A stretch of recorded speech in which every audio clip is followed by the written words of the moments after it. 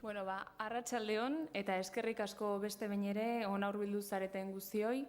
Muchas gracias por acudir hoy a esta doble cita, ya que contamos con nosotros con la presencia de dos catedráticos. Por un lado, Daniel Innerarity, autor del libro La política en tiempos de indignación, que nos presentará hoy, y por otro, Juanjo Álvarez, quien se encargará de introducir el mismo.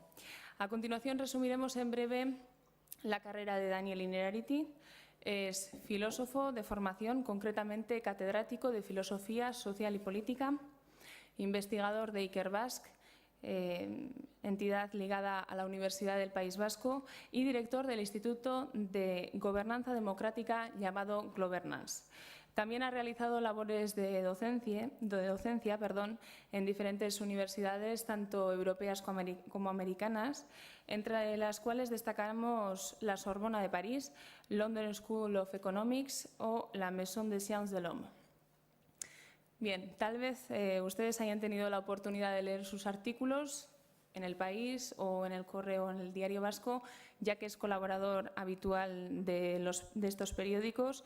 Y, por último, para finalizar la presentación, nos gustaría destacar algunas de las obras de Daniel Innerarity, como por ejemplo La transformación de la política, La sociedad invisible o El nuevo espacio público. Sin olvidarnos también, por supuesto, del reconocimiento en forma de premios, entre los cuales cuenta Eusko Ikaskuntza Laboralkuntza Saria o el Premio Príncipe de Viana de la Cultura 2013. Y como he comentado anteriormente, nuestro otro invitado es Juan José Álvarez Rubio, a quien muchos de ustedes conocerán, ya que abrimos el ciclo de conferencias de Eragin con él. Fue la primera conferencia de este ciclo con motivo del 50º de Eragin. Recordemos que Juan José Álvarez Rubio es también catedrático, en este caso catedrático de Derecho, y es miembro también del Instituto de Globernance junto con Daniel Innerarity.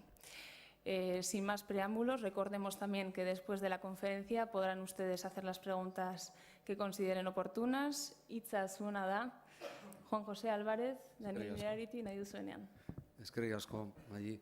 Eta eskerrik asko guztioi etortzeagatik, dana beteta dago eta pozgarria da benetan.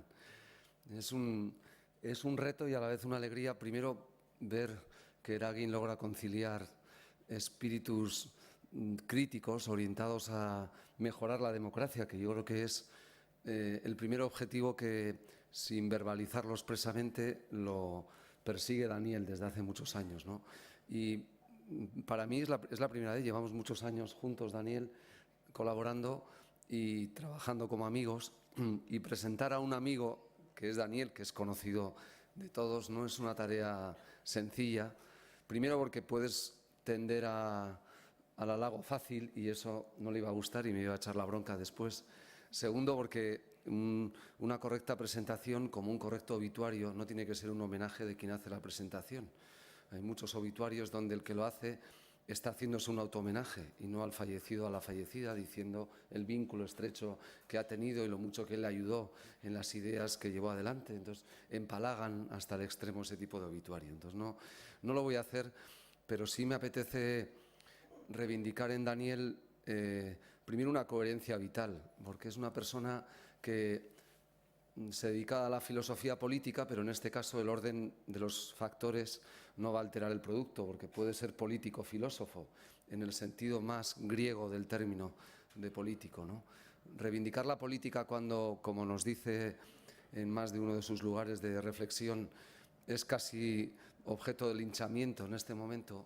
Reivindicar la política como una manera de hacer una sociedad más justa, más democrática, es el empeño, yo creo, de Daniel. Y lo que yo compruebo en el caminar profesional con él es que en este país, que somos muy tribales y estamos muy identificados, Daniel tiene una ideología, como tenemos cualquiera de nosotros o nosotras que estamos aquí, pero yo creo que sienta cátedra en sus ideas, propone y se anticipa a los problemas políticos y aporta mucha más ideología que política, y la ideología es la argamasa para hacer luego un buen andamio y después hacer una buena casa, la casa común de la política, ¿no? Tiene además algo que me llama la atención, porque su vida es muy disciplinada, pero tiene elementos en tu personalidad, en su personalidad, muy llamativos, como es la improvisación inteligente o la ironía, algo que a mí las dos cosas me faltan. Soy demasiado vasco para tener una cosa y otra, y él lo es, pero un vasco no sabemos manejar la ironía, ¿no? Yo no lo sé hacer y no me sale desde ese punto de vista, y Daniel lo maneja. Y segundo, si yo quiero hacer un tipo de provocación, no me sale, o lo hago solo los momentos puntuales en que puedo estar enojado con algo, ¿no? Y la indignación, por cierto, la política en tiempos de indignación te lleva a ese tipo de planteamiento. Provocar inteligentemente es colocarte en el lugar del otro e intentar activar en él un sentimiento de reacción ante lo que escribes, ¿no? Y yo creo que eso es lo que hace también Daniel en muchas ocasiones. La política y la ciencia política promete demasiadas veces mucho más de lo que cumple, ¿no? No hay una ciencia de la toma de decisiones en política, y este título, el título de su último libro, La política en tiempos de indignación, yo creo que es lo menos bueno del libro, porque el libro es magnífico. El libro es un prontuario no de términos o de conceptos, de reflexiones, de puertas abiertas al debate en torno a lo que es la política en la sociedad actual. Y el título es interesante por coyuntural, pero hay mucho más que la política en tiempos de indignación en el libro, ¿no? Es una manera de comprender el sentido de la política por encima de las coyunturas tan complejas que nos dibuja la política actual, ¿no? Creo que ese es otro dato muy importante en su planteamiento, ¿no? Yo creo que en Daniel importa mucho más, y eso hoy día es muy difícil, las ideas que la ideología política que está detrás de esas ideas. Y cuando tú tienes una buena idea, la gente compra esa idea para luego llevarla adelante en su proyecto político, en su análisis teórico, y yo creo que en eso Daniel nos marca el camino en muchos ámbitos, ¿no? Creo que es un lujo poder contar con Daniel hoy, que viene a hablarnos del libro, pero no de su libro. En aquel viejo debate de Paco Umbral venía a hablar de su libro, porque es una excelente excusa la del análisis de la política en tiempos de indignación para tratar de reivindicar la política como una manera de generar, en este caso, una sociedad guipuzcoana más fuerte, para generar un tipo de sociedad informada, porque el derecho a decidir, del que también habla, seguramente ha caído en el reduccionismo de la urna, de considerar que todo el derecho a decidir se resume en votar. Y antes de votar tenemos que estar informados, tenemos que ser capaces de deliberar, tenemos que tener sentido crítico sobre la realidad, y para eso hace falta mucho más un filósofo que un jurista. El jurista somos de anteojeras, los filósofos hacen muchas más preguntas, muchas más incertezas que respuestas, que son seguramente de donde extraes muchas más sapiencia para la vida desde ese ámbito, ¿no? Así que yo aprendo muchas cosas de Daniel leyendo y analizando cómo desentraña los problemas de este concepto gobernanza, que ya ha causado furor para quedarse, ya no despierta el escepticismo de ese neovocablo que no se sabía exactamente qué quiere significar, y poder dialogar con Daniel en torno a ello me parece un lujo interesante en una tarde de noviembre donostiarra. El planteamiento que hacíamos era que Daniel pudiera ilustrarnos en tiempos de la Ilustración pues una media hora aproximadamente, para abrir luego un debate en familia, que es lo que merece la pena, y activarlo de esa manera. Besterik ez, nire aldetik eskerrak noski zuei plazera handirako delako, eta Daniel, zuria da hitza nahi duzunean. Arratsaldeon guztioi. Bueno, muchas gracias a la Asociación Erakin por esta amable invitación, y a Juanjo por sus palabras y su vieja amistad, y por los buenos juicios que ha adelantado sin haber escuchado lo que yo voy a decir ahora, ¿no? Espero no decepcionar. Bueno, esto de las presentaciones de los libros tiene un dilema que yo no he conseguido resolver, que es lo siguiente: si las haces demasiado bien, nadie compra el libro y nadie lo lee. Si las haces demasiado mal, tampoco. Con lo cual, la única manera de salvar esta dificultad es hacerlas regular.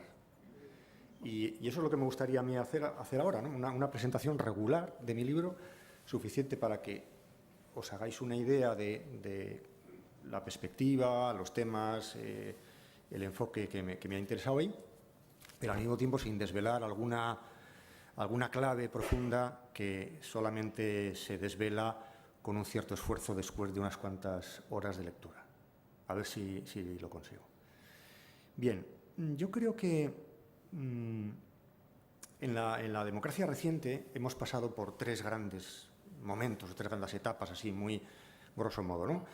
Hace unos años, los que nos dedicábamos a estas cosas, a escribir sobre estas cosas, lamentábamos que la gente, que había desafección respecto de la política, que nadie se interesaba, el pasotismo, etc., ¿no? ¿Recordáis ese viejo discurso que ha quedado muy antiguo, ¿no? ¿Por qué? Porque en torno a los años duros de la crisis económica iniciales, que coinciden además con muchos escándalos de corrupción, que coinciden además con un agotamiento natural de unas instituciones y artificial en la medida en que esas instituciones no se habían acertado a renovar, en ese momento se produce, y la fecha mágica es el 15M, se produce una gran politización de la sociedad, ¿no? Ese es un segundo periodo que dura pues hasta ahora, más o menos. Y sostengo en el libro que estamos en un tercer periodo que no puede ser interpretado con las claves de la primera época ni de la segunda. Una época ahora en la que se trata de conseguir que esta energía cívica que se suscitó en el fenómeno que llamamos indignación dé lugar a transformaciones efectivas, positivas de nuestros sistemas políticos y sobre todo de nuestras democracias, ¿no? Para esta tercera época son de escasa utilidad ciertas cosas que nos parecían interesantes en la segunda. Por ejemplo, buscar el culpable. A lo mejor ahora no se trata tanto de buscar el culpable, de que las cosas vayan mal, como de construir la responsabilidad colectiva, que es una operación más sutil, más difícil. No se trata de sumarse a una ola de un movimiento social, de indignación, en la que podemos estar más o menos todos de acuerdo, sino construir algo que efectivamente transforme la sociedad y además lo va a transformar pluralmente, porque la indignación es algo que interpretamos de manera muy diferente unos y otros, ¿no? Creo además que las épocas de indignación son épocas también de gran confusión. Y creo que en estos últimos años se ha producido una gran confusión política, lo cual no digo que sea malo, ¿no? Sino que hay una cierta desorientación. ¿Qué es más democrático? ¿Lo próximo o lo cercano? ¿Quiénes decidimos? ¿Nosotros o codecidimos con otros? ¿Y esos otros quiénes son? Una sociedad tiene que ser absolutamente transparente y ahí está la clave de la solución. Cuanto más participación, mejor. ¿Tiene la política algún remedio? Nuestro problema son nuestros dirigentes. Todas estas... es como si esta situación lo hubiera puesto todo perdido de lugares comunes. Hay demasiados lugares comunes. Bueno, y yo trato de desbrozar un poco estas ideas, ¿no? Yo hubiera querido titular el libro La política explicada a los idiotas. Porque idiota es una palabra que viene del griego, como sabéis, y el idiota era aquella persona que no se interesaba por lo común y que se dedicaba solo a sus cosas, ¿no? Y yo no sé qué asociación rara ha hecho que ahora mismo los que se dedican a lo privado, a lo propio, son más bien los listillos, y los que se dedican a lo público no nos parecen los más inteligentes de la clase. Aquí se ha producido un cierto desplazamiento de nuestras categorías. Y yo quería tomar la palabra idiota en el sentido radical, es decir, bueno, la política explicada a aquellas personas que o bien no les interesa la política y creen que pueden desentenderse de la política. Por cierto, la política no se desentenderá de ellos, o bien aquellos que quieren cargarse la política, que los hay mucha gente que tiene poder por su propia casa. ¿Y para qué quiere la política? No le interesa que la política sea fuerte, los poderes financieros, las presiones mediáticas, etc. Y ese es el tercer grupo que me interesaba más, aquella gente que tiene un gran interés en la política, pero dirige a la política exigencias contradictorias. Quiere lo uno y lo otro, y son cosas incompatibles. O se relaciona con lo político como un cliente enfurecido, como un consumidor de un producto que no hace él, ¿no? Bueno, este tipo de actitudes de gente que es idiota sin saberlo, idiota en el sentido griego, ¿no? Bueno, mi hijo pequeño me dijo que era absurdo titular un libro La política explicada a los idiotas, porque ¿quién iba a ir a una librería? Oiga, me da un libro para idiotas, no lo iba a hacer nadie. Y este argumento me desarmó completamente. Y entonces mantuve este título porque me hacía una cierta gracia en el prólogo, pero puse este otro que decían los de la editorial que era mucho más comercial. Bueno, voy a explicar 5 puntos, cinco cosas así un poco genéricamente, porque yo creo que lo importante es también que dialoguemos, que preguntéis y que discutamos sobre estas cosas, ¿no? En primer lugar, ¿cuál es el problema de la política? ¿Que es demasiado fuerte o demasiado débil? En segundo lugar, nuestro problema es un problema de que tenemos malos dirigentes, es decir, de la clase política. En tercer lugar, ¿qué es esto de lo nuevo y lo viejo en la política? Ahora que se habla tanto de esto. En cuarto lugar, ¿algún día llegará a dejar de decepcionarnos la política? Y finalmente, ¿qué podemos esperar de ella, de la política? Bueno, si os parece, voy a tratar de dar una respuesta un poco somera, repito, un poco regular a estos cinco interrogantes, ¿no? En primer lugar, creo que estamos muchas veces desacertando a la hora de dar soluciones a nuestros problemas políticos porque nos equivocamos en el diagnóstico. Ya se sabe, un mal diagnóstico lleva a una mala solución. Y oigo muchas veces muchas cosas que dan por entendido que el problema que tenemos con la política es que la política es demasiado poderosa. Y entonces lo que hay que hacer, cuando uno tiene una realidad demasiado poderosa, es protegerse de ella, ¿no? Cuando Montesquieu quiere transformar una sociedad de poder absoluto en poder democrático, lo que hace es, se inventa la división de poderes. O Locke, que hace una teoría de la democracia, lo que se inventa es la protección de la privacidad y de la propiedad privada, ¿no? Frente a lo público, ¿no? Yo creo, mi tesis es que no estamos en ese horizonte, sino más bien en el contrario. Es decir, estamos más bien en un mundo en el que la política podría ser perfectamente prescindible y nadie se enteraría. Es como decía Tocqueville de la nobleza, que la nobleza desapareció y nadie se dio cuenta, ¿no? Porque no cumplía ninguna función, ¿no?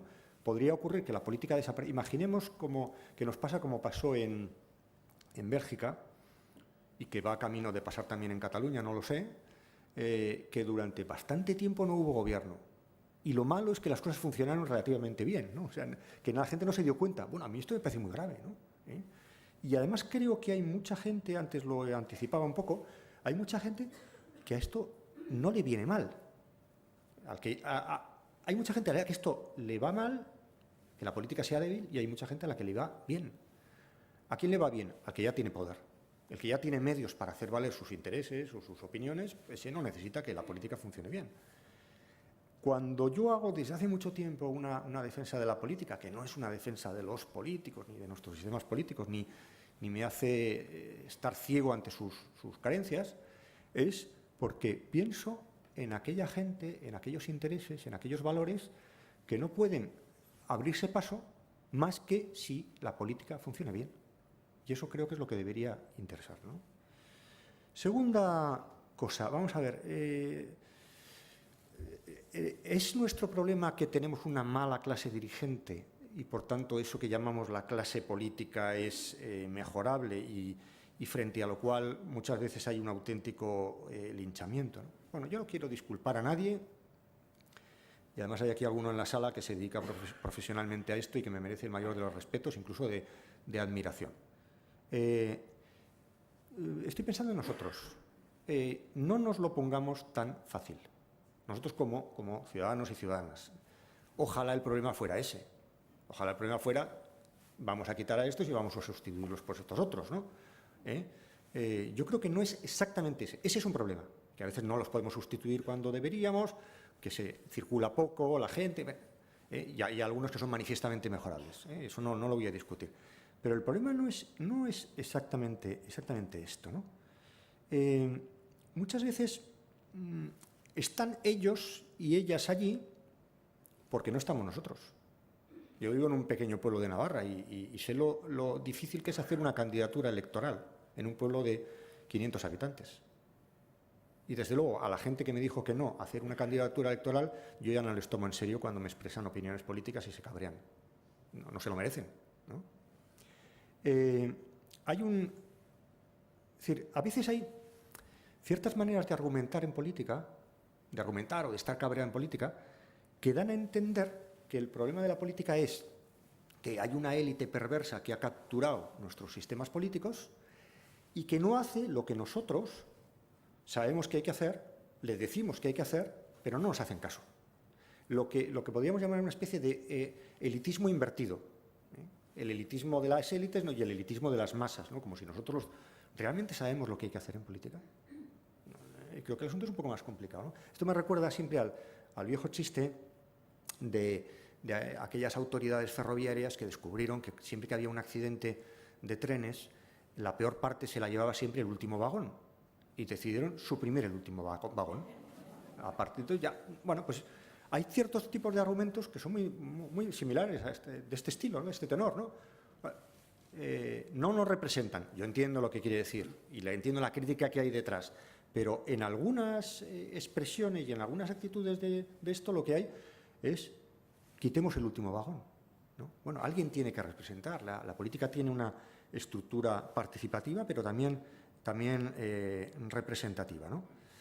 Creo que la mala política es una cosa muy mala, se pierden grandes oportunidades sociales, colectivas, por la mala política, pero todavía hay una cosa peor, que es que no haya política, que la sociedad esté despolitizada, es decir, que carezca de formato político. Y hay gente, repito, que estaría encantada de que el mundo estuviera sin formatear políticamente, ¿no? Bien, tercera idea, así en flash un poco, ¿qué pasa con esto de lo viejo y lo nuevo en política?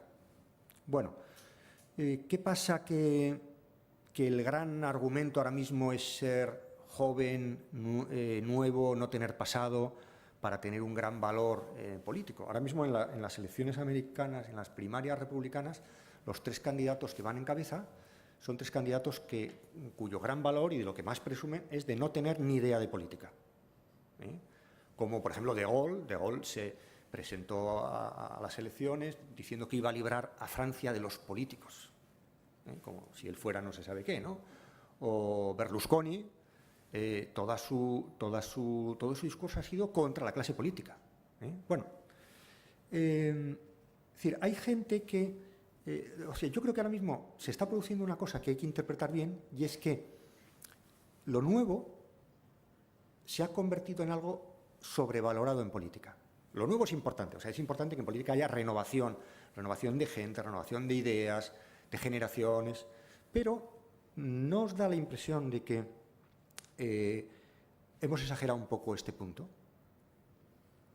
¿No os da la impresión de que lo que está ocurriendo se podría explicar diciendo que la lógica de la moda ha invadido a la política y hay políticos, ideas, ofertas, sugerencias de novedad, de corta duración? Si uno repasa un poco lo que ha pasado en estos últimos años, uno se encuentra con un fenómeno muy curioso, que es la abreviación de los espacios de tiempo en los cuales algo que era nuevo se convierte en viejo. Digamos que en otras épocas de la historia y en otras sociedades menos agitadas que la nuestra, el tiempo en el que uno se convertía en viejo, pues era X. Bueno, hoy en día es X dividido por 10. Me decía una persona, en fin, me gustaría decir esto sin citar a nadie, ni hablar de partidos políticos ni nada, pero a lo mejor no me resulta posible para que se entienda, ¿no?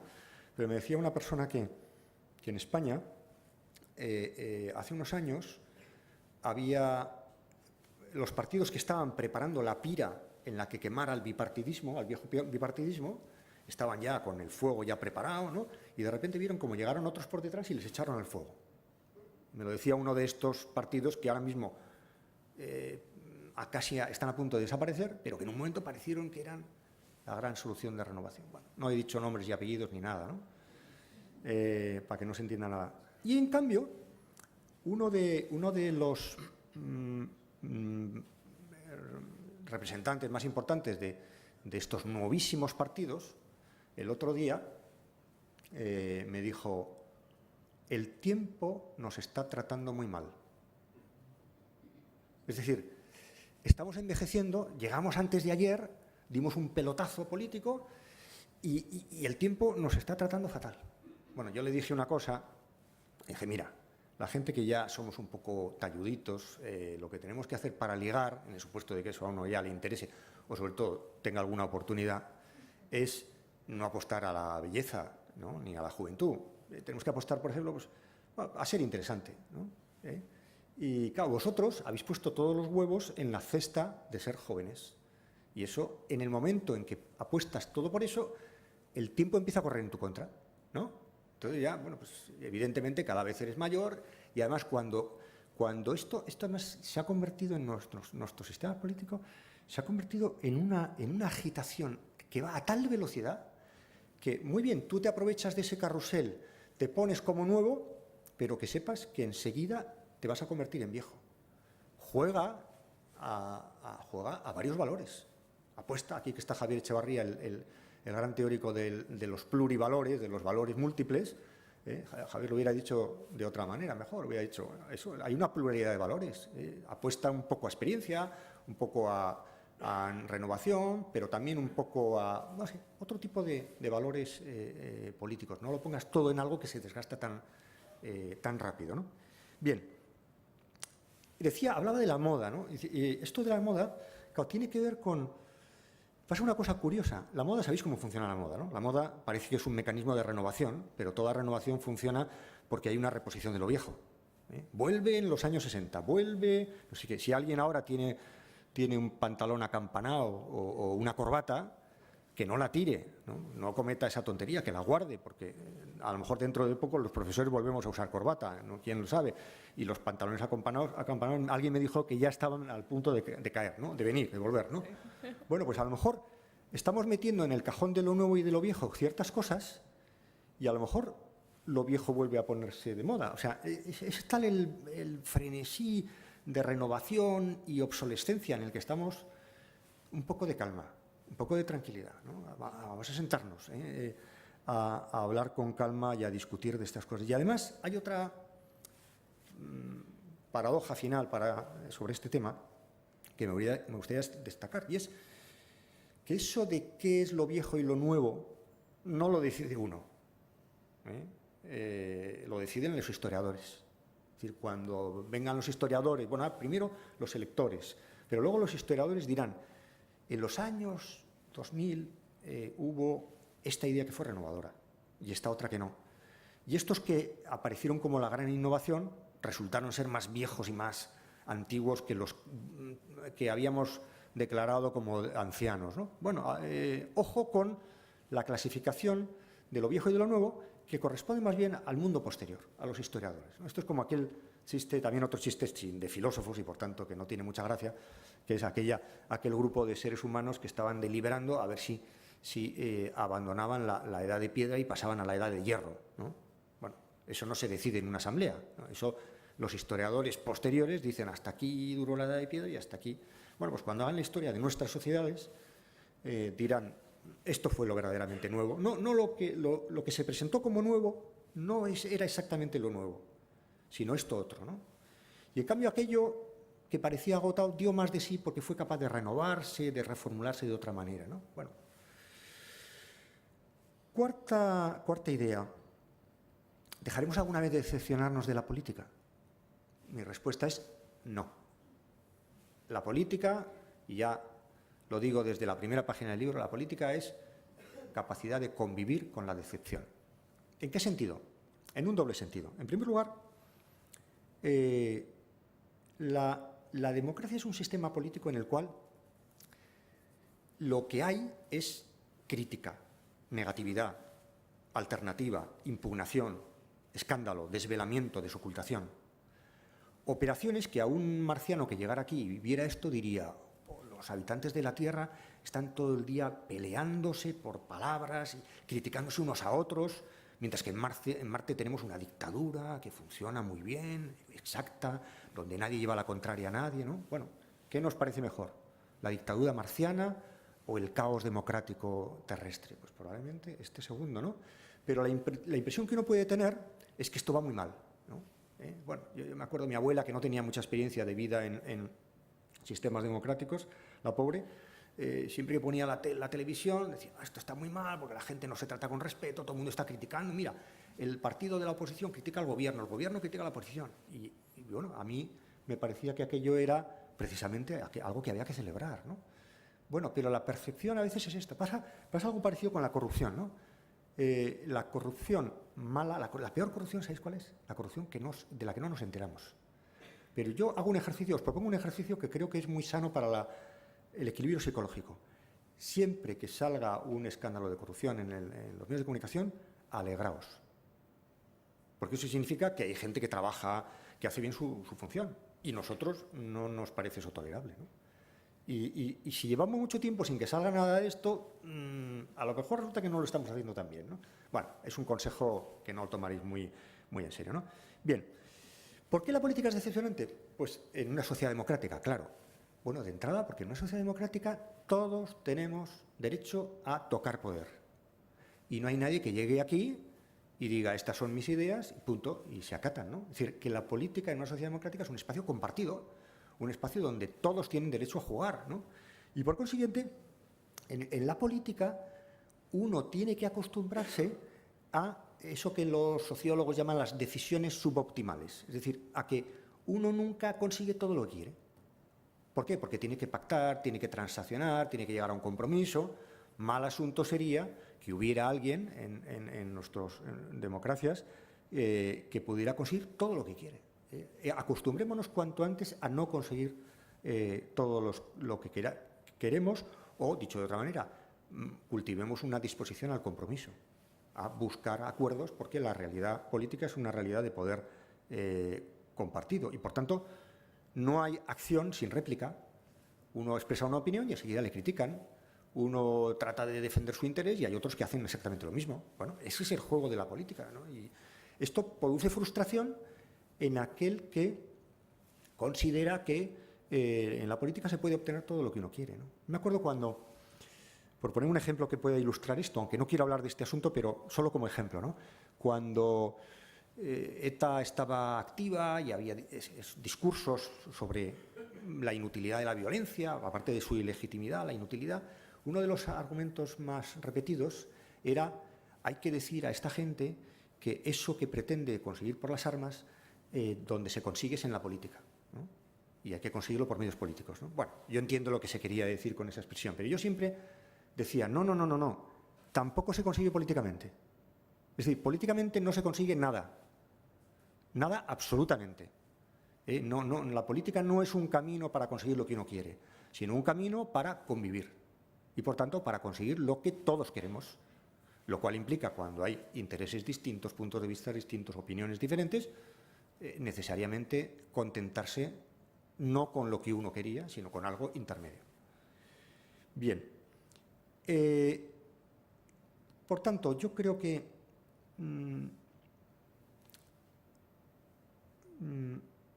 me parece que es bueno recordar este tipo de cosas, ¿no? En unos momentos en los cuales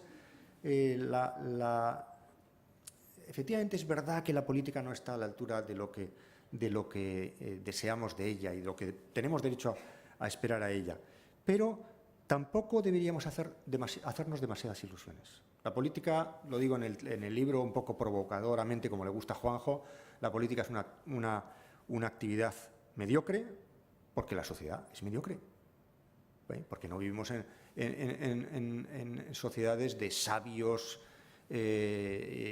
personas desinteresadas, ¿no? Vivimos en sociedades con intereses, en sociedades en las que muchas veces no sabemos muy bien lo que queremos, hay conflictos. Bueno, pues eso se traslada al sistema político. Es más, en el sistema político eso está todavía más agudizado. A veces se dice, qué bien nos entendemos en la sociedad. ¿Y cómo contrasta esto con los políticos que están todo el día a la gresca, ¿no? Bueno, es que en ellos, en la clase política, hemos delegado una cierta parte de esa conflictividad, para que nosotros no nos peleemos, se pelean ellos por nosotros, ¿no? Bien. Finalmente, la última idea que quería decir, vamos a ver, bueno, y entonces, ¿qué podemos esperar en una democracia? ¿Qué tenemos derecho a esperar, ¿no? Como aquella tercera pregunta de Kant, ¿no? ¿Qué tengo yo derecho a esperar después de lo que he dicho yo aquí, que a lo mejor puede parecer un poco decepcionante? Bueno, yo creo que deberíamos revisar las expectativas que tenemos hacia la política. A veces hemos sacralizado la política como si la política fuera un espacio o un procedimiento para salvar nuestras almas, para proporcionarnos la felicidad y ese tipo de cosas que más bien uno se lo tiene que conseguir por la vía de lo privado en el mejor de los casos, ¿no? Bueno, ¿no será que muchas veces la política efectivamente no está a la altura de lo que debe estar, pero a veces también nosotros hemos lanzado unas expectativas respecto de la política que la política no puede dar? Yo creo que hay un triángulo mágico, un triángulo de las Bermudas, que hay que saber equilibrar bien, que es lo que prometen los políticos, lo que demanda el público y lo que la política puede proporcionar, ¿no? Estas tres cosas tienen que estar bien acompasadas y basta con que una de ellas sea excesiva o demasiado baja para que se produzca una disfunción, ¿no? Repito, ¿no? Lo que prometen los políticos, ojo con lo que prometen los políticos. La política tiene que prometer pocas cosas, ¿eh? Lo que tenemos nosotros derecho a esperar de la política, también esto tiene que ser algo equilibrado y matizado, y lo que la política en las actuales condiciones puede proporcionar, que también es una actividad bastante limitada. Y hay un capítulo extenso de mi libro en el que hablo de los límites de la política, límites cognitivos, límites de poder y límites de medios económicos, ¿no? ¿Cómo conseguimos un equilibrio entre todo esto? Bueno, pues yo diría que buena parte del descontento hacia la política se debe precisamente a que no se ha entendido, no se entiende bien lo que es.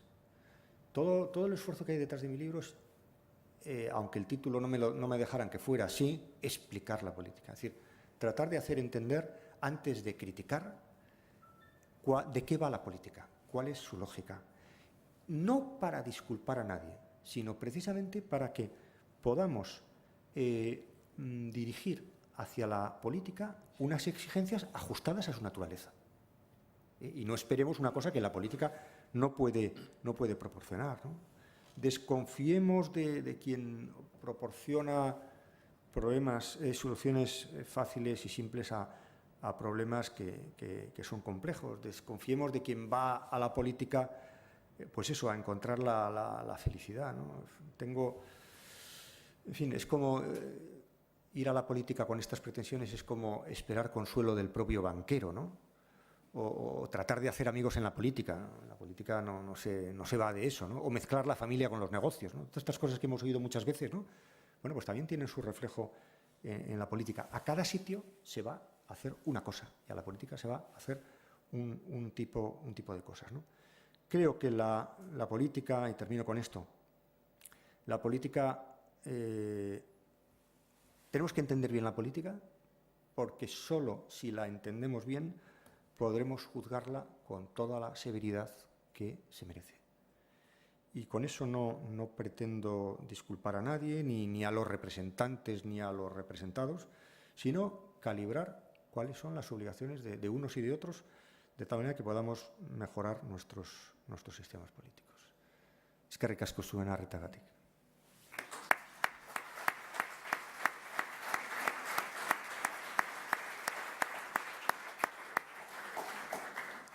Bien, pues a continuación podemos abrir el debate. No sé si hay preguntas. ¿Quieren preguntar alguna cosa? Sí.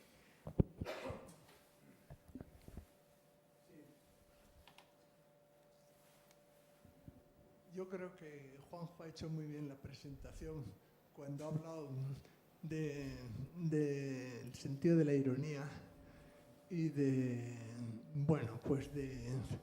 es una cualidad, es verdad, que los vascos en general no tenemos. Yo me acuerdo que una vez en una asamblea, hace muchos años en la Universidad en Barcelona, estaba con un poeta catalán y me decía, es que los vascos no tenéis, no sois gente con mucho sentido del humor y tampoco, sí. Y por otro lado, no sois un pueblo imaginativo. Bueno, el caso es, luego os diré quién era. Yo la impresión que recibo después de lo que ha planteado Daniel, que ha planteado, no diría que es ironía, pero en el fondo es una ironía de lo que está pasando en medio de toda esta tragedia que es una tragedia para mucha gente en este mundo en el que un 1% de la población tiene la riqueza del 99% restante y donde las grandes decisiones se toman muy lejos y donde se nos convence a través de gente a la que hemos elegido de que, bueno, no, es que esto viene ya hecho, esto viene ya en el paquete, o sea que vosotros no tenéis más remedio que llegar hasta aquí. Y hay un fundamentalismo pragmático que realmente pues, nos dice, pues no hay más que esto. Entonces, claro, yo reconozco que es muy fácil ser idiota en este mundo, ¿no? Es fácil porque, bueno, pues el que se ha metido le anda por todos los lados. Y el que no se ha metido, pues, o porque ha sido inteligente o porque ha sido vago, pero a la larga, pues sí. Pero bueno, en el fondo hay un tema que yo creo que para hablar de política y para hablar de todo, y bueno, tú tienes muchos pisos debajo que no has contado, claro, hasta las raíces. Y yo creo que una de las raíces, se lo dije un día que le pillé a Juanjo, le conocí y le conté un poco, es el tema de lo que realmente somos, nuestra propia identidad. ¿Qué es lo que somos? Lo que somos en pelotas, vamos, con nada más. Somos esto. Somos la memoria de lo que hemos vivido, somos la realidad en la que estamos y somos nuestro proyecto de vida. En el fondo es un poco lo que el cristiano llama el alma. Algo de eso es cuando en el fondo lo que tenemos no es lo que somos y normalmente nos estorba. Ya sé que vivimos en un mundo lleno de necesidades y mientras haya necesidades hará falta hacer política. Ya sé que vivimos en un mundo de necesidades radicales, digo. Radicales quiere decir, pues eso, que si te encuentras en Guipúzcoa, pues los miles de personas que viven en situación de pobreza, en el realde más rico de todo el Estado, entonces algo serio está pasando. Cuando de repente estallan guerras que nadie las entiende, ni siquiera los pobres que vivían en cada país, y unos en nombre de la religión, pero de repente resulta que en nombre de la religión se apunta a una gente extranjera que viene de los países ricos y son fundamentalistas y otros tal. Entonces, claro, la política está, en este momento nos damos cuenta que está dirigida. Esto que se llama la hegemonía o le llamemos como... Voy a tener que apuntar porque has dicho tantas cosas que ya... Sí. No. Sí, igual si puede, abreviamos porque si no, no nos va a dar tiempo a toda la gente que quiera preguntar. Pues entonces entro en eso. Estamos jugando en un casino en el que hay trampa. En el que hay trampa y realmente, vamos, la hegemonía, que no es siempre hegemonía de valores, tal, no. La hegemonía es acorazada, blindada. Es que si no haces esto, tienes esto, y luego esto, y luego esto, y si no, un día desapareces. Así de claro. Y eso pasa, eso lo he vivido yo. Esas situaciones extremas pasan. Bueno, pues, a mí me parece ya extremo que te diga alguien, no, tú no eres este. ¿Cómo? Yo soy yo. Es lo único que podemos aspirar para ser felices en la vida, ser nosotros mismos. Entonces, claro... te contesto a... El problema por si quiere más gente... Acabo. El problema es que vivimos en una sociedad que los únicos valores son los de cambio. Es lo único. Esto sirve para esto. Y yo cambio esto por esto. Incluso hemos llegado hasta el extremo de que el único sitio donde se producen valores que no son de cambio, que es en el hogar, a la gente se le está echando de sus propios hogares. Y eso es tremendo. Eso es lo más duro que estoy viendo en cuanto a acciones de algunas instituciones. Bueno, nada más de momento. Mira, la política es un lujo. O sea, no todas las sociedades humanas han vivido una existencia política. Ni toda la gente. Las mujeres en el siglo antes del periodo sufragista, antes de las conquistas del sufragio, no vivían una existencia política, vivían una existencia privada. Eran idiotas, en el sentido al que me he referido antes, ¿no? Hay muchas sociedades de la Tierra que no viven que viven en un medio de conflictos brutales. Ahí no hay política, ¿no? Efectivamente. Pero esas situaciones solo se resuelven politizándolas. Es decir, ¿por qué se consigue el sufragio femenino? Porque alguien dijo, un conjunto de gente dijo, hay otra alternativa, hay otra manera de hacer las cosas. Y la política es siempre alternativa. La política siempre, hay varias maneras de hacer las cosas. Generalmente la gente mandona suele tender a decir que las cosas no se pueden hacer de otra manera. No, esto se ha hecho siempre así. O esto ya lo decido yo. O la objetividad de las cosas impone, vamos, no hay nada que discutir, ¿no? Yo creo que hay que desconfiar de dos tipos de personas. Las personas que consideran que no hay otra manera de hacer las cosas, aquel famoso eslogan de Thatcher y de Reagan de esa época, ¿no? There is no alternative, no hay alternativa, no existe alternativa, esto es lo que hay, y por tanto la economía es esta objetividad indiscutible. Por cierto, una de las cosas que no sé si hemos aprendido de la crisis económica es que los campeones de la objetividad han fracasado. Y probablemente esa ciencia económica que prometía unas cosas, que minimizaba los riesgos de catástrofes, etcétera, se ha demostrado como algo que no es verdadero, ¿no? Y por eso en estos momentos creo que la realidad les ha desmentido, ¿no? Y el segundo tipo de personas de las que hay que desconfiar es la gente para la cual todo es posible. Tan malo es decir, no hay otra posibilidad, como la gente que dice todo es posible. Pues no es verdad, no todo es posible. No todo es posible en una sociedad en la que convivimos gente con ideas distintas y con intereses y opiniones muy variados. No es posible en un mundo en el cual las decisiones que yo tomo, tú decías antes, no, es que esto se decide en otra parte. Bueno, y a lo mejor no está del todo mal. Es decir, en el sentido de que hay una parte de decisiones que tenemos que compartir con otros. Estamos en Europa, estamos en el mundo, y por tanto hay que pensar eso de la decisión política de una manera un poco más sofisticada, ¿no? Teniendo en cuenta los intereses de otros, ¿no? Bueno, y estamos en un espacio muy condicionado. La política se ejerce en un espacio condicionado, no es el espacio vacío donde se puede hacer cualquier cosa, ¿no? Pero que haya condicionantes no significa que no hay márgenes de acción. Es mentira. Y en el libro le dedico unas páginas a seguir distinguiendo la derecha y la izquierda en contextos en los cuales parece que esa distinción se ha desdibujado. Se ha vuelto menos enfática. Ya no es Estado contra mercado, como era en los años de la Guerra Fría, pero hay distinción y no de matices poco importantes, ¿no?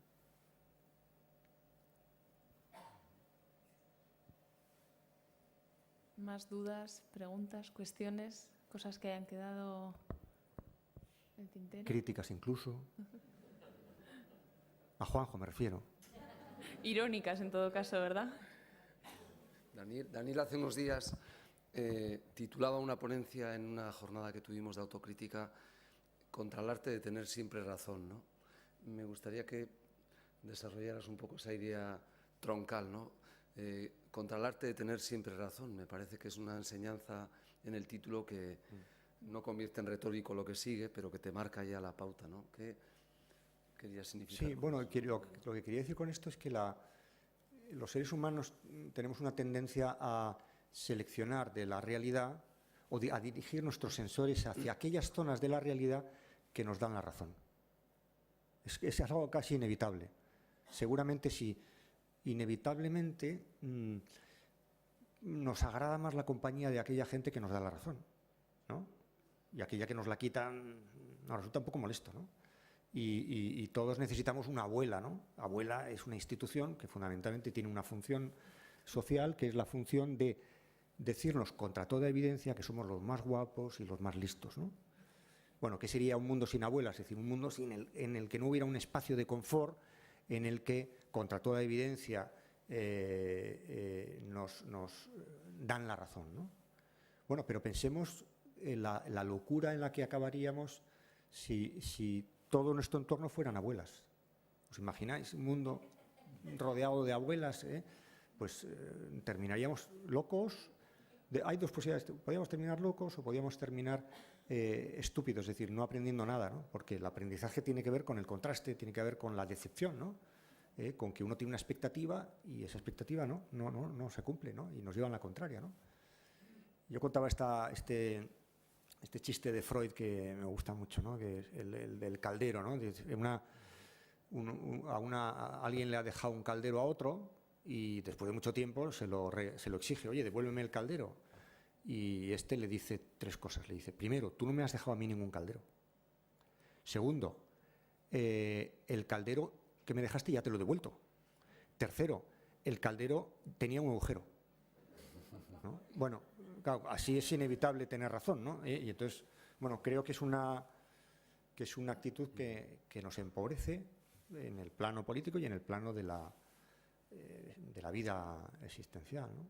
Siempre cuento esa anécdota de cómo Platón, que fue un filósofo que expulsó a los poetas de la ciudad ideal y que, según parece, cuando se murió, sus discípulos encontraron debajo de su almohada un libro de poesía, ¿no?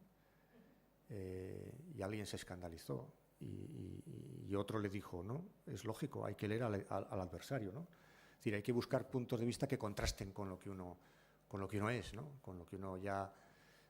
ganaríamos mucho en racionalidad, aprenderíamos mucho si hiciéramos como decía Popper, ¿no? Si buscáramos que nuestras opiniones se falsificaran, en lugar de buscar una ratificación. Eso nos hace avanzar poco en inteligencia, ¿no? Y yo creo que eso también vale para el plano político, y si se justifica una institución como el Parlamento, un espacio público abierto, etcétera, ¿no? Tal vez pudiera ser un libro a leer antes de unas elecciones, ¿no? Porque ¿Cuál? Pues el suyo. Me da la sensación, porque revisa muchísimo... Esto no lo habíamos pactado, ¿eh? Pero te agradezco muchísimo. Porque pudiera ser un libro que revisara, ¿no?, un montón de conceptos y lugares de la política y tal vez pueda ser un Sí, repensamiento. cuando se lo mandé al editor, me dijo, qué bien, esto viene en un momento oportunísimo, ¿no? Porque estas elecciones y estas otras y tal.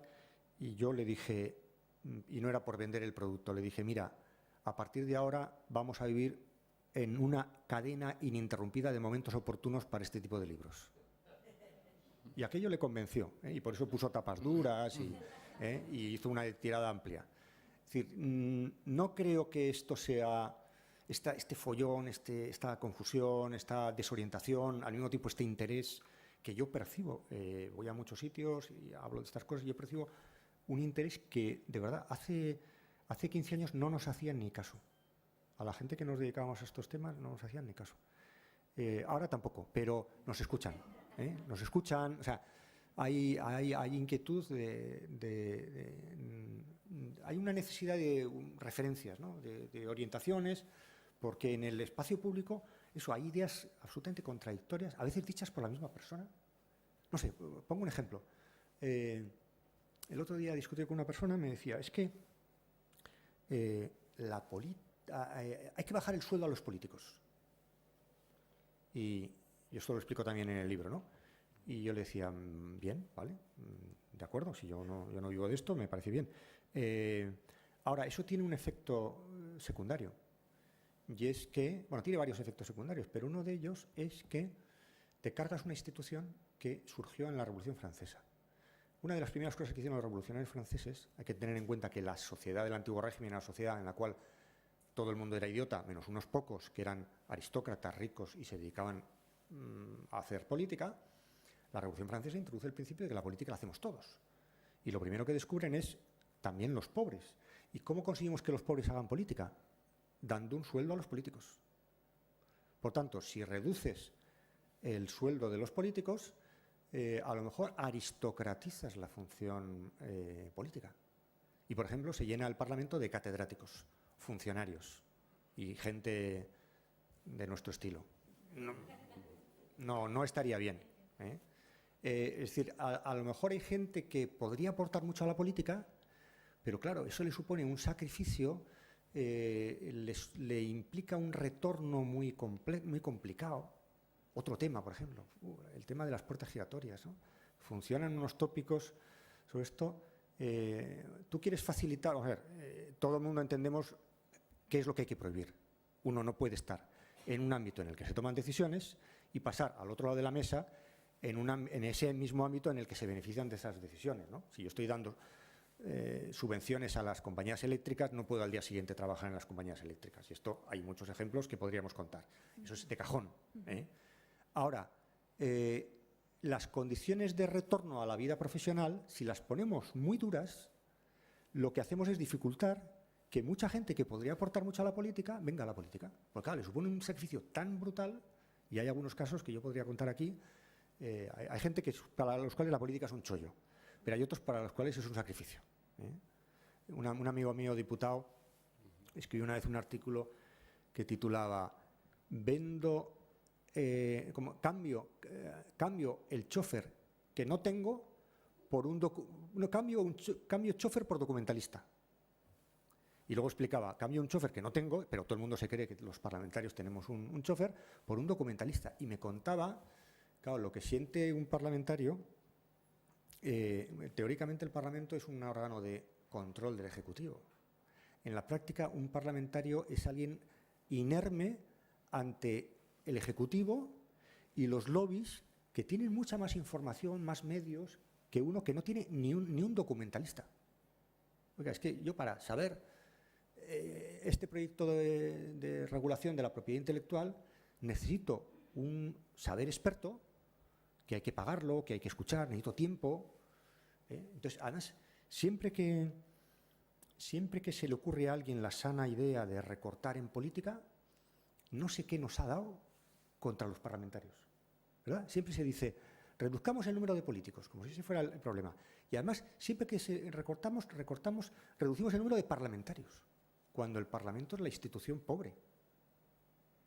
La institución que tiene que ejercer un control y no lo puede ejercer. Bueno, todas estas cosas, mi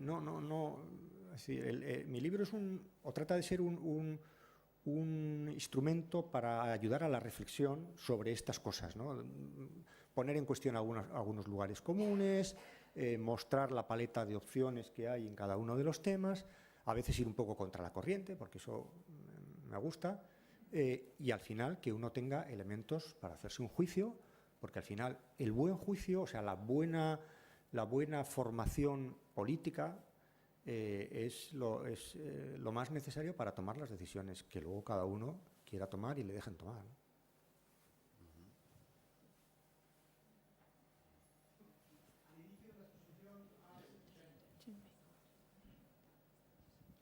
Al inicio de la exposición has hecho una breve mención un tanto irónica sobre el desgobierno de Cataluña y al final has marcado un triángulo con 3 vértices. ¿Qué ofrece la política? ¿Qué podemos esperar? ¿Qué podemos pedir a la política? ¿Y qué cabe esperar de la política? Y eso, en Cataluña, ¿qué cabe esperar? Yo creía que me iba a librar de esto, querido Amatiño, pero es el tema, ¿no? Hace unos años no se libraba uno de una pregunta similar, pero por estos pagos, ¿no?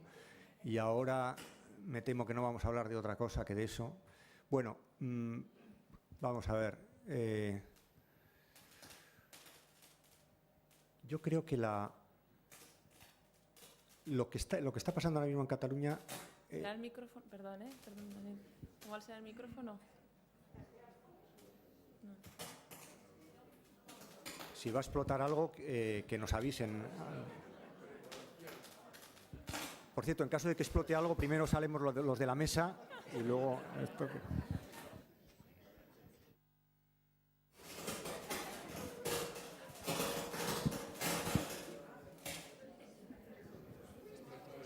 A ver, sí. Ya está. Ya está. Ya están. Arreglado el problema. Bueno. Parece que no evacuamos la sala. Vamos a ver. Yo creo que, sin pontificar mucho de esto, pero en fin, tengo muchos amigos catalanes de muchos pelajes políticos distintos y yo he llegado a la siguiente conclusión, que compartiréis o no, que es, en Cataluña no hay manera de que gane uno claramente. Por otro lado, ¿por qué contentarse con una victoria sobre el adversario cuando hay cosas mejores? ¿Hay cosas mejores que ganar al adversario? Sí. Ponerse de acuerdo con él. Eso es mejor. Suele ser mejor. Suele implicar menos rupturas. Hombre, alguna renuncia y sobre todo uno no sabe si el que va a perder es uno o el otro. Y por tanto más vale prevenirse, ¿no?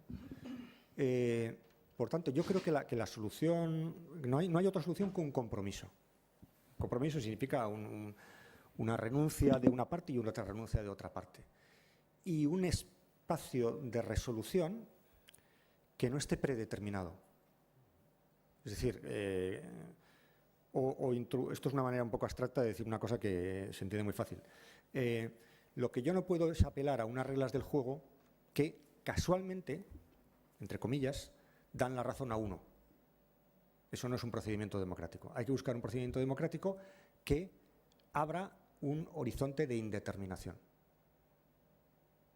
Sigue siendo muy abstracto, ¿no? No. Y luego,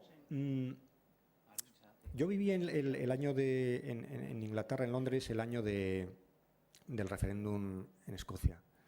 Y aprendí unas cuantas cosas. Y una de las que más interesantes fue la siguiente, las paradojas de todo esto, ¿no? Que es, como sabéis, Salmond quería un referéndum con 3 respuestas.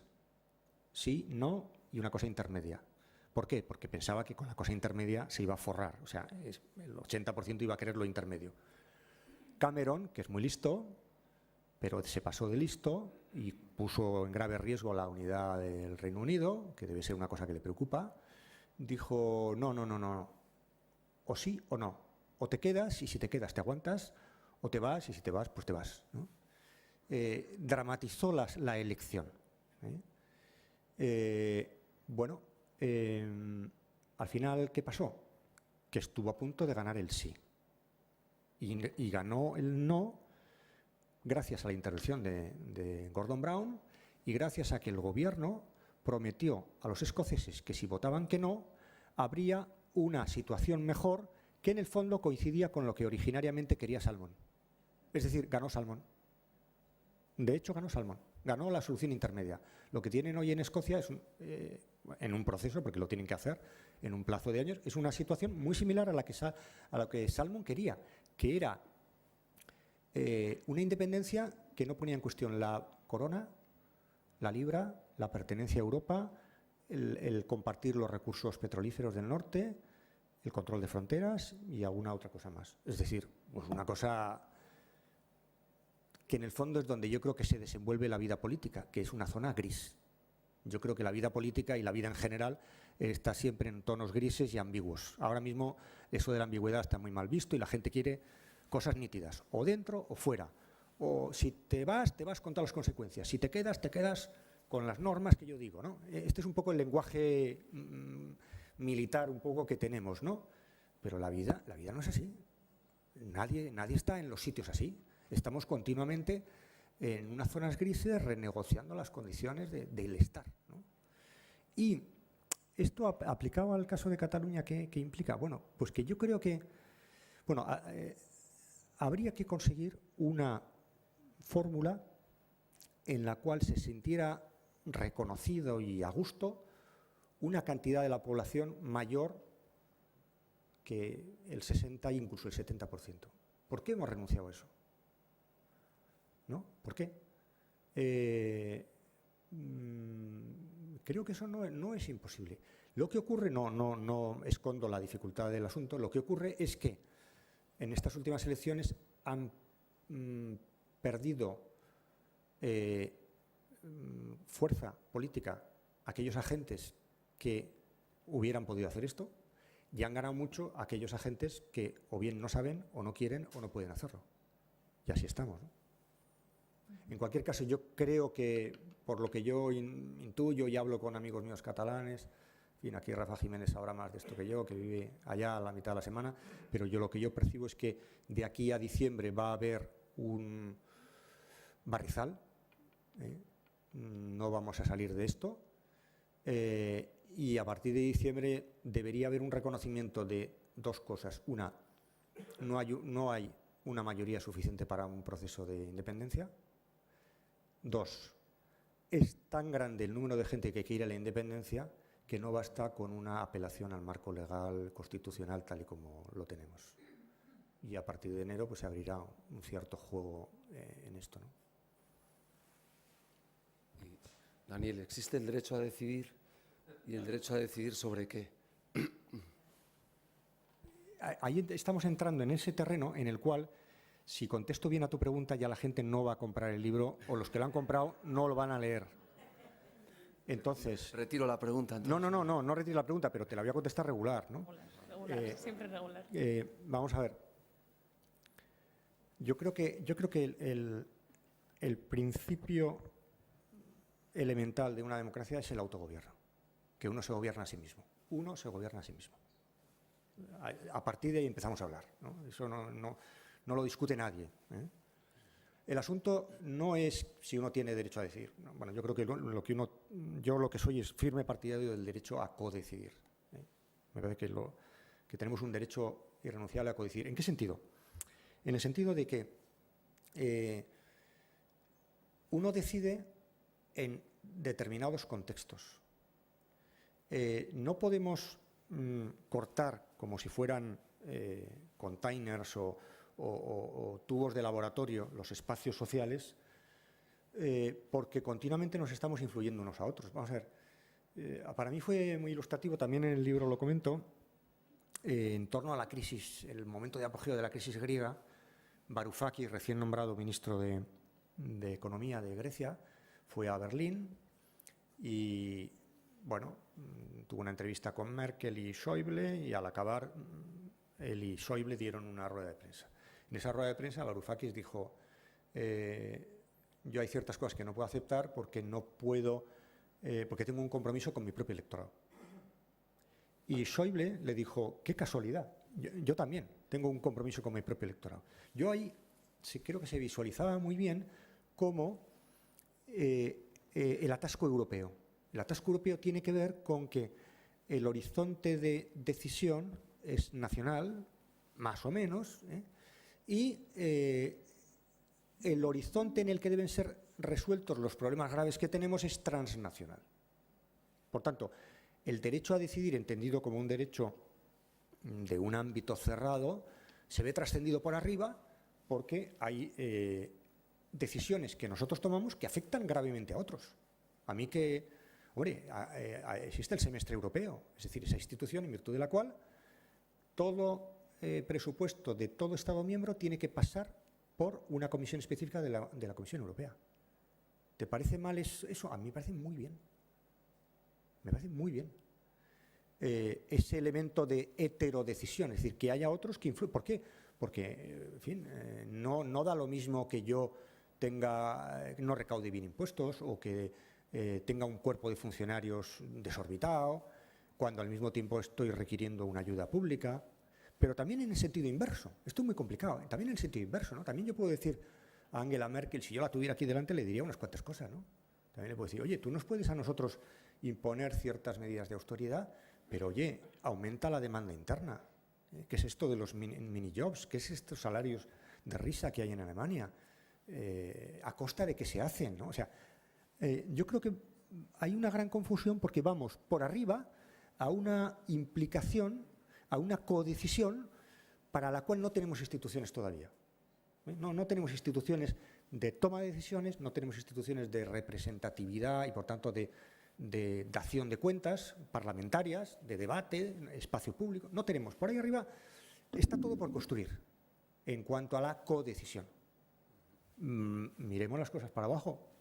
Estamos igual de mal, en el sentido de que nuestras sociedades en Europa no son sociedades homogéneas, en las que no hay ninguna contestación, en las que el sujeto político del derecho a decidir es pacíficamente compartido.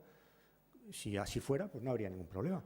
Nos encontramos con que hay espacios políticos, especialmente en el Estado español, en el Reino Unido, pero también en Bélgica, donde hay núcleos con una voluntad de autogobierno muy persistente que no aceptan o no aceptamos con facilidad una regla federal. Por supuesto, un Estado unitario, pero tampoco una regla federal.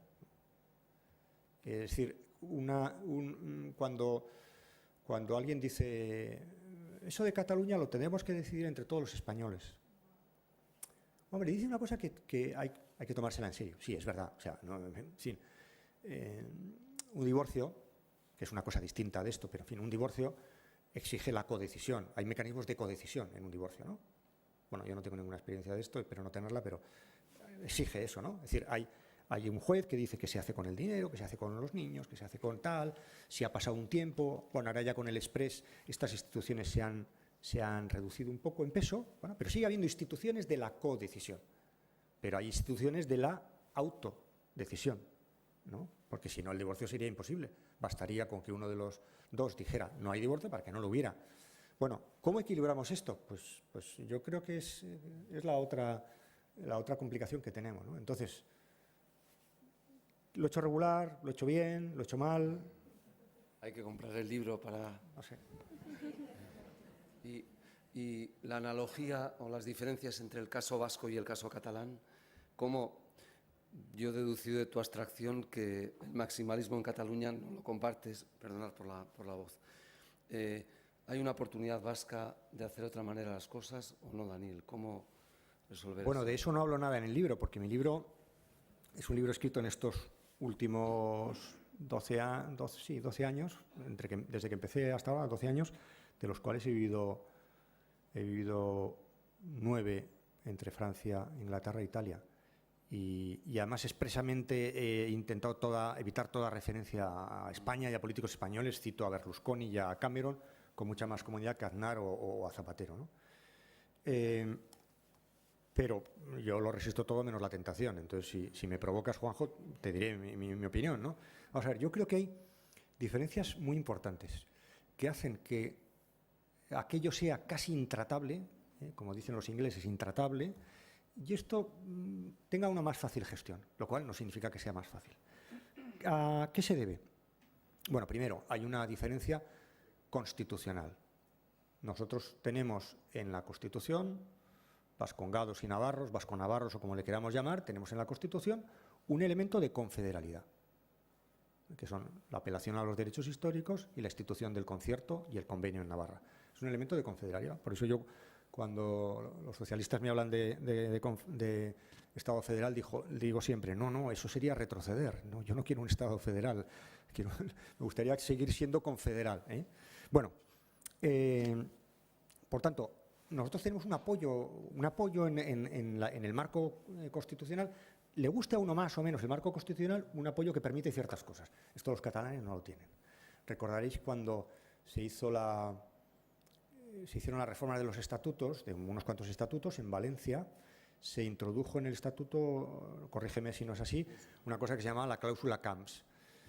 Camps, ¿os acordáis? Decía, ¿qué tiempos aquellos, no? Decía, Cataluña tiene derecho a todo aquello que cualquier comunidad autónoma consiga. Valencia, ¿no? Es decir, eso supone una emulación y una idea de que cuanto más mejor, que no responde, de hecho, a la situación actual. Ahora hay muchas comunidades autónomas que si pudieran devolverían la mitad, ¿no? Porque eso de tener... en fin, ahora con toda la polémica que va a haber, preparados, va a haber una polémica con el concierto y con el convenio, ¿no?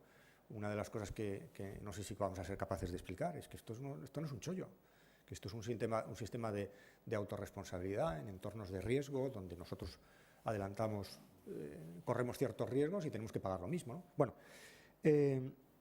entonces, por un lado eso, ¿no? Hay un tema de enganche constitucional o de posibilidades constitucionales o no. Hay, por otro lado, otro tema que tiene que ver con el tamaño. Es decir, dicho de una manera así un poco simple, yo creo que el País Vasco puede ser, no sin tensiones y sin conflictos, puede ser una excepción y puede jugar el juego de la excepción. Nosotros podemos ser una excepción, Cataluña no. Yo en esta frase lo resumiría. Cataluña es demasiado grande, tiene una ciudad demasiado parecida a Madrid, de fortaleza, tienen una lengua muy poderosa, es la otra España, y no puede jugar a ser una excepción. Tiene muchas dificultades de jugar a ser excepción. Nosotros somos pocos, hablamos una lengua que nadie que esté en su sano juicio ve como una amenaza para el castellano, no tenemos una gran metrópoli a pesar de Bilbao, y que me perdonen los de allá. Todo esto hace que, desde el punto de vista de sistemas políticos y de juego político, que nosotros tengamos un espacio de juego, de oportunidades, de riesgos, que es muy, muy diferente, ¿no? Hoy me han entrevistado de Berría a propósito de esta presentación y me decían que mañana lo podéis leer, ¿no? Igual pasado mañana me sacuden por todos los lados y para eso está uno, ¿no? Pero decía, bueno, parece que Cataluña vive un momento de gran efervescencia, muy interesante, ¿no? La sociedad muy activa, y en cambio en Euskadi estamos en una dormidera, en un adormecimiento generalizado, ¿no? Y yo le he dicho, sí, en Euskadi llevamos 10 años de delantera a Cataluña, ¿no? Yo creo que Cataluña va con retraso. Cataluña está jugando el juego, repito, porque tiene muchos condicionantes. Claro, si nosotros hubiéramos tenido una sentencia como la del Estatut, a lo mejor yo no podría decir esto, ¿no?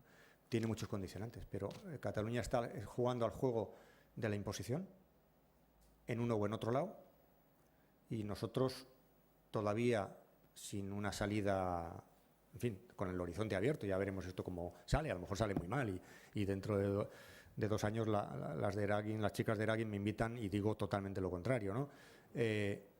Nosotros todavía estamos intentando el pacto amplio, ¿no? Y transversal, o como le queráis llamar, ya veremos cómo sale, ¿no?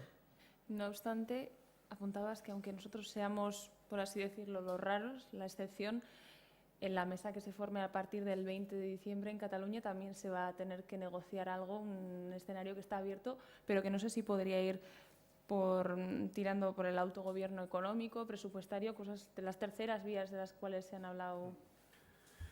Sí, tendrá que ser algo de ese estilo. El problema es que si uno ha seguido lo que ha ido pasando en Cataluña,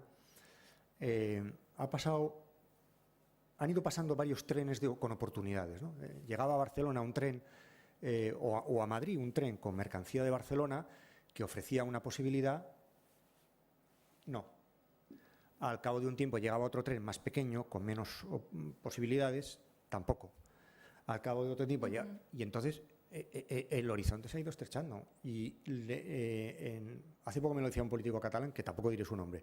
Decía, hace muy pocos años, pero muy pocos años, si aquí nos hubieran presentado una propuesta de financiación, hubiéramos dicho que sí, y esto se hubiera resuelto. Al mismo tiempo, otra persona, que tampoco diré su nombre, ahora en el gobierno del Partido Popular, me decía, si hubiéramos sabido lo que iba a traer consigo la sentencia sobre el Estatut, no hubiéramos presentado aquella demanda.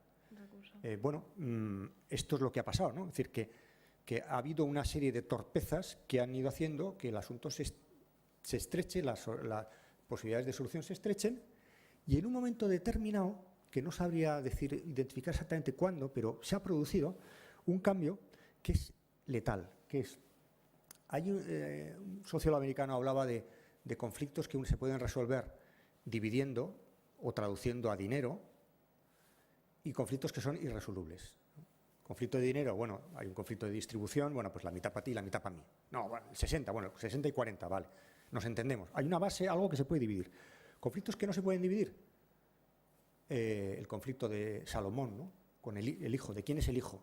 ¿No? Yo lo divido, la mitad para ti y la mitad para mí. No se puede dividir. Entonces, en un momento determinado, en la historia reciente de Cataluña, un tema que podría haberse resuelto en términos de, bueno, pues oye, económicos, y sobre lo económico es muy fácil ponerse de acuerdo, se ha convertido en un problema, ha mutado hacia un problema de una naturaleza completamente distinta y se ha convertido en un conflicto político en el sentido más radical de la palabra, es decir, de reconocimiento de un sujeto que se siente herido, humillado, subordinado y que reclama un protagonismo político y no tanto un reparto de recursos, ¿no? Yeah. No sé cuándo se ha producido, no sabría explicarlo con detalle, yo no soy historiador, pero percibo este cambio. Y gente que a mí me decía en Cataluña, antes, no, esto con una buena financiación, la financiación se resuelve y tal, a partir de un determinado momento me dijeron, esto ya es que no estamos dispuestos a aceptar una financiación. Entonces, a partir de ahora, ¿qué podría suceder? Bueno, ahora mismo la solución es muy difícil porque es una solución que debería incluir un sistema de financiación justo, sea lo que sea eso, pero también debería incluir otras cosas en el mismo paquete que yo entiendo que un Estado como el Estado español tiene más dificultad de dar, que son un reconocimiento de la Cataluña como nación, en la fórmula que se pueda vislumbrar, un blindaje de ciertas competencias, especialmente las competencias en materia lingüística, y un procedimiento de salida, eventual, no para ser utilizado necesariamente, pero una ley de consulta que permita que si en un momento determinado, bajo unas ciertas condiciones, tal. Bueno, los tiempos no vienen por aquí.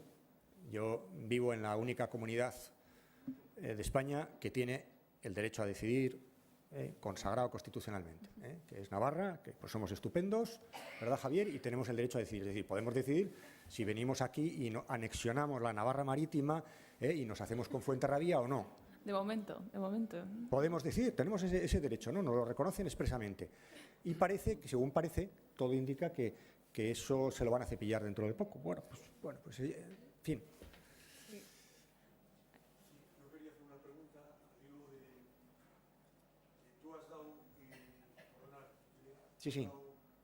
una palabra muy interesante, una idea muy interesante que es lo confederal. Efectivamente, está ahí implícito en los derechos históricos vascos y en esa solución que parece que demanda en parte el problema catalán. Esto a mí me plantea un problema técnico que tú también de alguna forma estás sugiriendo en la resistencia que esas soluciones están encontrando y que las cuales esas resistencias has hecho mención. ¿Cómo se articula en una sociedad actual lo confederal con la igualdad ciudadana? Y no me refiero solamente al caso español. Ese es el gran tema. Ese es el punto, la caja negra, el punto que hay que discutir. Sí. Eso tiene varias respuestas en lo jurídico, en lo político, en lo económico, en lo cultural. Tiene varias respuestas, pero es el gran asunto. Es decir, si nosotros, yo creo que para cierta gente joven, bueno, nosotros somos todos jóvenes, pero digo todavía más jóvenes que nosotros en España, yo percibo una cosa, y es que esto de los... ¿Por qué un partido como el de Rivera está teniendo tanto éxito? Entre otras cosas, está teniendo éxito en un cierto tipo de gente al cual esto de los derechos históricos, la foralidad, les suena a chino. O sea, es que no saben, no tienen ni idea. No saben lo que es, no saben absolutamente nada de lo que es. Parece un privilegio, una cosa del antiguo régimen. Esto es gente que que ha estudiado en escuela de negocios, en la universidad, y que lo que quiere son mercados abiertos, que son más bien de derechas, pero liberales, o no son de derechas conservadores, porque no son Herrero de Miñón. O sea, gente como Herrero de Miñón no existe. Si alguien ya no existe, eso es una especie única. Como los ángeles que decían los teólogos medievales, ¿no? Agota la especie. No hay gente joven como Herrero de Miñón, punto. Entonces, o conseguimos explicar que eso de la confederalidad y los derechos históricos engancha con formas modernas de autoorganización en las sociedades más avanzadas, o esto se pierde. Y esa es una de mis batallas, una de las cosas que me gustaría hacer, no sé si con éxito o con la colaboración de Juanjo o no, formular ser capaces de explicar que el concierto y el convenio y los derechos históricos, todo esto es una cosa ultramoderna. No es una anticuaria, es una cosa ultramoderna para la relación entre territorios que tienen unos sentimientos de identidad, una voluntad de pertenencia y de autogobierno, bueno, con una cierta conflictividad. Esto lo explicas en Escocia, lo explicas en Quebec y no tienes ninguna dificultad, lo entienden bien. Hay otros sitios donde cuesta más explicar, ¿no? Hay, por ejemplo, perdona, si vas al Parlamento de Escocia, hay un ejemplar del estatuto, el equivalente al Estatuto de Autonomía, en una vitrina, que dice, firmado por Tony Blair, y dice England and Scotland together on equal terms. Hay que ser británico para poner debajo el nombre del presidente. Hay que ser británico, hay que tener una cultura política pues que no tenemos en otros sitios. Y no sé. Hay un elemento ahí de confederalidad en el sentido de que nos iguala, ¿no? O sea, esa obligación de pactar que hay en el convenio y en el concierto implica una bilateralidad, de hecho, que es muy interesante, ¿no? El reconocimiento del ser, ¿no? También está implícito ahí. Claro, sí, el reconocimiento, la no subordinación, hay una cierta equiparación, cierta, ¿no? Porque, bueno, no es lo mismo la Gran Castilla que la pequeña Navarra, ¿no? No es lo mismo, ¿no? Bien, pero hay una obligación de pactar, ¿no? Y hay una paridad. Solo yo creo que el fuero o el huevo, ¿no? Si aquí en última instancia se trata de que no haya una posición ventajista, ¿no? Sí, yo creo que el gran deterioro del autogobierno vasco ha tenido que ver, más que con la no transferencia de competencias, con la falta de imparcialidad en los casos de conflicto.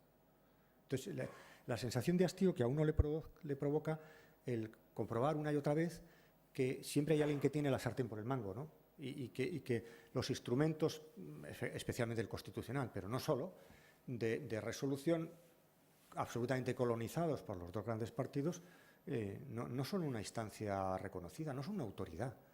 No tienen una autoridad en el sentido profundo de la palabra, ¿no? Una autoridad, no se han ganado una imparcialidad con el paso del tiempo, sino que más bien la han ido perdiendo la imparcialidad. Yo trato mucho a una que fue miembro del Tribunal Constitucional y comentábamos la diferencia de tribunales constitucionales a lo largo de la historia de la democracia española, y hay un deterioro también en cuanto a la capacidad jurídica y la autoridad reconocida que se tiene, ¿no? No sé si queda alguna última pregunta. Sí.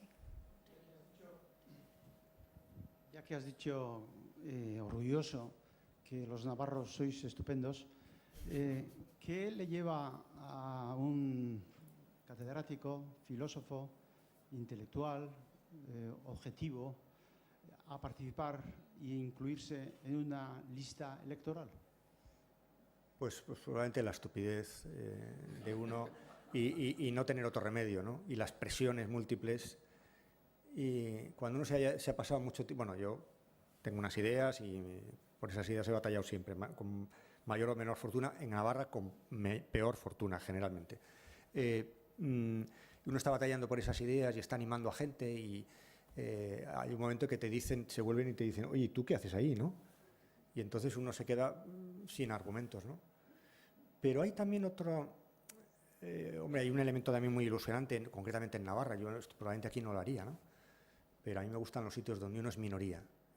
Siento una debilidad por las minorías y estar en minoría. Eso es una cosa que aquí en Guipúzcoa igual os cuesta entender.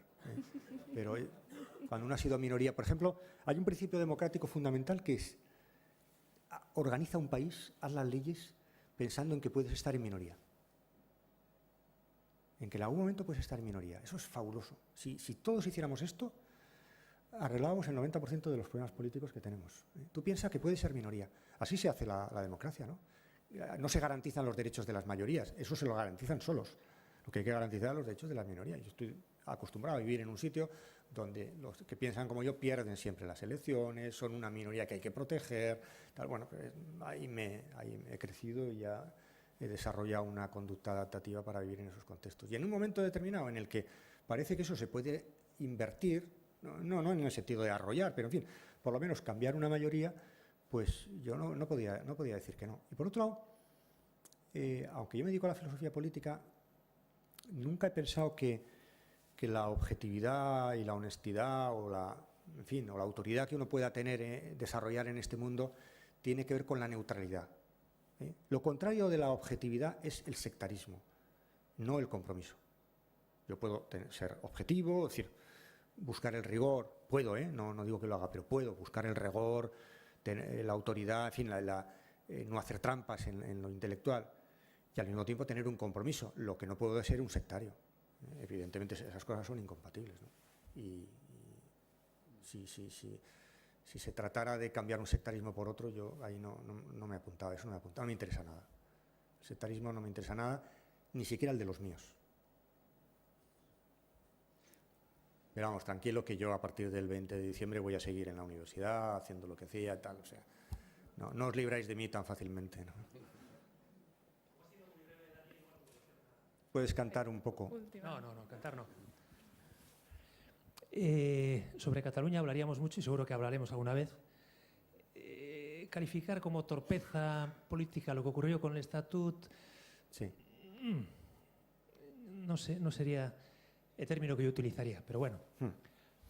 Y precisamente creo que es a partir de ahí, cuando decías, no soy historiador, entonces no sé situar históricamente, ¿cuándo empieza? ¿Te he entendido algo así?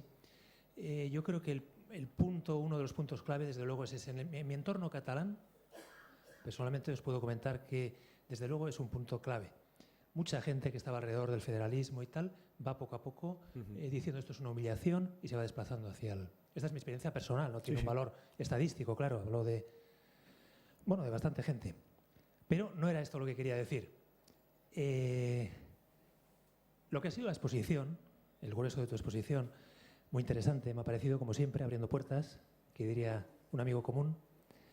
Me ha parecido, la impresión mía ha sido como que faltaba un actor. O sea, has ido poniendo en escena, has hablado de los ciudadanos, has hablado de los políticos, lógicamente, pero a mí me faltaba alguien, ¿no? Y creo que es alguien muy determinante.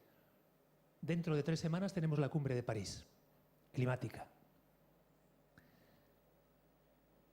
Si quieres me lo dices tú mismo o te digo yo, ¿quién falta? ¿Quién nos falta ahí para saber por qué nos están produciendo los cambios necesarios sabiendo ya el panorama que tenemos dentro de unos años, ¿no? Que parece que bastante aterrador. En relación con el cambio climático. Lo ponemos en escena al otro actor. Dame más pistas, sí. ¿Quién está detrás de esos políticos que están perpetuando esta situación en la que hay algunos cambios de maquillaje, pero no cambios profundos que parece que son los ya absolutamente necesarios? Bueno,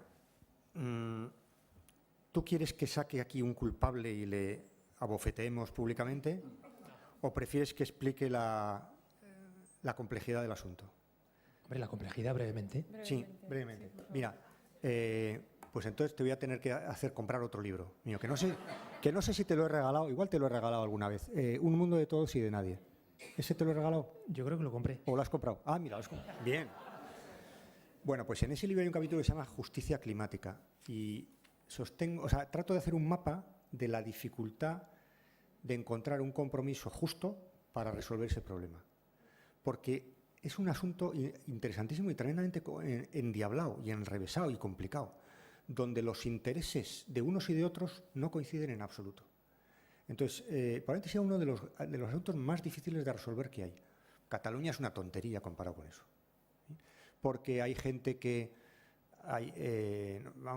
todo el tema de las emisiones, los derechos de emisiones, el comprar capacidad de contaminar a cambio de un plazo de tiempo, el hecho, por ejemplo, de que la responsabilidad es que es heterogénea la responsabilidad en la provocación del cambio climático, no todos los países tienen la misma culpa, es heterogénea la afectación, no es lo mismo vivir en una costa que en el interior, los de Pamplona lo vamos a tener mejor que los de San Sebastián, estamos más tranquilos, no es lo mismo estar en un país muy cálido que en un país, incluso hay sitios de Francia donde están ya plantando viñas y va a ser un negocio. Y luego los instrumentos de gestión de esos compromisos son muy deficientes, ¿no? Entonces creo que has tocado un punto donde la política tiene que desarrollar una imaginación que hoy por hoy no tiene y un equilibrio de intereses tremendamente conflictivos. ¿Me permites una acotación, Daniel? Javier, yo creo que ese es un tema clave y me permito opinar, ¿no? El político que gobierna la res pública, que intenta civilizar colectivamente nuestro futuro, está construido sobre una base que es el Estado, que no manda en el mundo. En el mundo no mandan las 193 naciones-Estado reconocidas en Naciones Unidas. Basta ver a Obama, 6 años más tarde, envejecido de su impotencia, ¿no? Mandan 45 multinacionales. El derecho internacional público ya no es un derecho de Estados, es un derecho internacional privado de corporaciones. Y ahí está. Y la nueva diplomacia ya no es el militarismo unipolar de la era Bush, es la era de los tratados de libre comercio que te meten el caballo de Troya de la desaparición del proteccionismo a través de las corporaciones. Detrás de la cumbre climática el problema es ese. Eso me refería, Juanjo, exacto. O sea pues es que al final, cuando tú hablas en el libro, porque lo hablas, de la debilidad de la política, del poco poder que tiene la política frente a lo que creemos los ciudadanos, esa es la manifestación más evidente. Y eso requiere una rebelión cívica, que exige creer en la política, pero exige darse cuenta que el mundo ya no se gobierna desde el derecho internacional público de los estados, de las fronteras, de Naciones Unidas. Tiene otro tipo de dimensión, clarísimamente, ¿no? Cómo poner el cascabel a esa dimensión no lo permite hacer una política obsoleta, no innovada, que no innova, que no tiene presente esa cuestión. Es imposible la gobernanza mundial con esquemas decimonónicos del 19 en la creación del Estado-Nación. Y en esto, cuanto más tardemos en darnos cuenta de eso, más cumbres climáticas van a pasar y vamos a dejar un peor futuro a nuestras futuras generaciones, ¿no? Ahí hay que reinventar no solo una política, sino una nueva gobernanza para un nuevo tipo de actores que son los que mandan, definitivamente. Creo que funciona por ahí, ¿no, Javier? No sé, Dani. Bueno, Javier Muguruza hurrengoan ere, ona gonbidatu beharko dugu. Bueno, pues lo siento mucho, pero tenemos que acabar aquí. Se acaba. Recordemos que la próxima cita es el 14 de diciembre. Vendrá como conferenciante Conchi de la Rúa, bióloga especialista en antropología física. Eskerrik asko, guztioi.